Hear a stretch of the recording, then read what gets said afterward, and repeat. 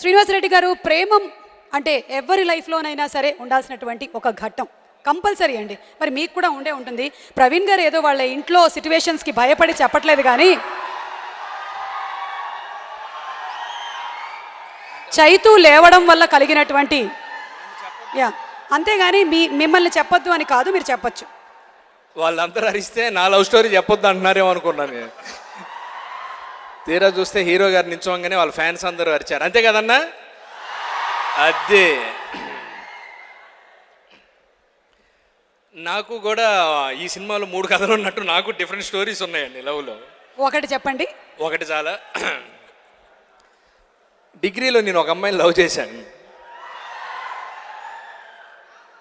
Propose చేద్దాం అనుకొని ఇంట్లో మా ఫాదర్ని, నాన్నగారు ఏదన్నా ఒక డ్రెస్ కోడ్ చెప్పండి మంచిది ఏదంటే, పరిపూర్ణతకు మారు పేరు వైట్ డ్రెస్ రా అంటే, నేను వైట్ ప్యాంటు వైట్ షర్ట్ వేసుకొని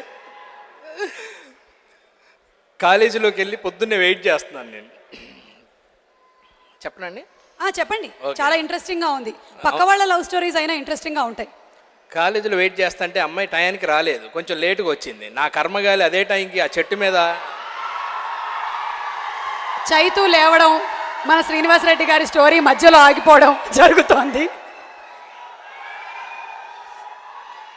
మళ్ళీ నేను గ్యాప్ ఉన్నప్పుడు వచ్చి చెప్తాను. మేము ఎక్కడి వరకు విన్నామంటే, ఆ అమ్మాయి కొంచెం లేటుగా రావడం, మీ కర్మ కాలడం, తర్వాత కర్మగాలటం ఏంటంటే, ఆ చెట్టు మీద ఒక కోతి ఉందండి. ఆ కోతిని చూడంగానే నాకు ఆగలేదు. నేను ఆ కోతితో యాక్ట్ చేస్తున్నా. అది ఉహు అంటే నేను ఉహు అని యాక్ట్ చేస్తా, దానిలాగా పిచ్చి పిచ్చిగా ఆట పట్టిస్తా. అంటే అప్పుడు ఎంటర్ అయింది అమ్మాయి. ఇంకేమవుద్దండి, దాని తర్వాత స్వాతినిచ్చి పెళ్లి చేశారు. అది తెలిసిందే మీకు. స్వాతి, విన్నావా అమ్మ? ఒకటి ఇక్కడ చెప్పారు, ఇంకా ఎన్నున్నాయో ఇంటికి వచ్చిన తర్వాత ఒకసారి కనుక్కో.